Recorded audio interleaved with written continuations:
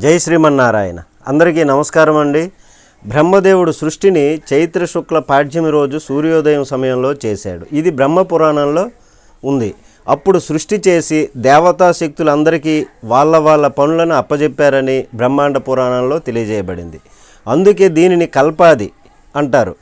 యుగ ఆది ఉగాది ఈ రెండు విధాలుగా కూడా పిలుస్తారు. అక్కడి నుంచే ఈ యుగ ఆది ఈ ఉగాది కూడా ప్రారంభించబడ్డాయి.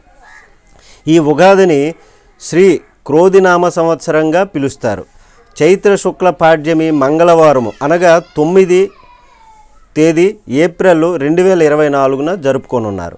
ఈరోజు నూతన పనులు ప్రారంభించడానికి శుభ సమయము. ఉదయం 6:15 నుండి మరియు ఉదయం 8:15 వరకు కూడా ఈ సమయంలో ఇష్టదైవ దర్శనం చేసుకోవచ్చు. చాలా శుభము. నూతన వస్త్రాలు ధరించడము, అలాగే కొత్త పనులు ప్రారంభించుటకు శుభము. కొత్త పుస్తకాలు చిట్టా లెక్కలు చూసుకొనుటకు, పూజా కార్యక్రమాలు చేసుకొనుటకు శుభప్రదంగా ఉన్నది. ప్రతి ఒక్కరూ నూతన పంచాంగాన్ని తప్పనిసరిగా వినండి. ముఖ్యంగా ఈ రోజు నుండి శ్రీ క్రోధినామ సంవత్సరం ప్రారంభం కాబోతుంది. కాబట్టి ఈ సంవత్సరం అంతా కూడా మనకి బాగా ఉండాలి, శుభం జరగాలి అనుకుంటే వినాయక పూజ అయిన తర్వాత కలిపురుషుడిని ఆరాధించండి. చాలా పవిత్రము, శుభము. ఇంతకీ ఎందుకు ఆరాధించాలి అంటే కాలము కలిపురుషుడి ఆధీనంలో ఉంటుందండి.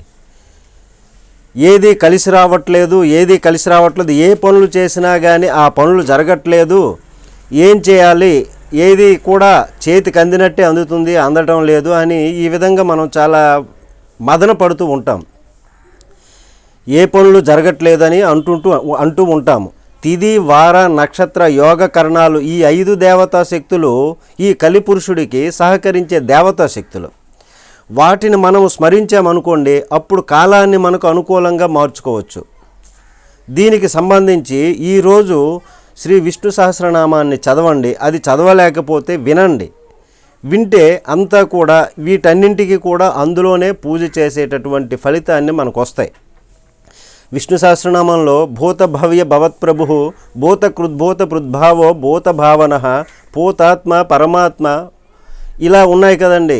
ఈ భూతాలని ఈ అన్నింటినీ కూడా స్మరించుకునేటటువంటి ఈ తిథి వార నక్షత్ర యోగ కరణాలు ఈ దేవతా శక్తుల్ని కూడా పూజించేటటువంటి ఫలితాన్ని ఈ విష్ణు సహస్రనామం ద్వారా మనం పొందుతామండి. కాబట్టి ఈ కాలాన్ని మనం అనుకూలంగా ఎప్పుడైతే చేసుకున్నామో మనం అనుకున్నటువంటి పనులు ఏ 2-3 పనులు లేకపోతే 5-6 పనులతో వెళ్తాం. ఒక్కొక్కసారి చూడండి టకామని పనులు అయిపోతుంటాయి.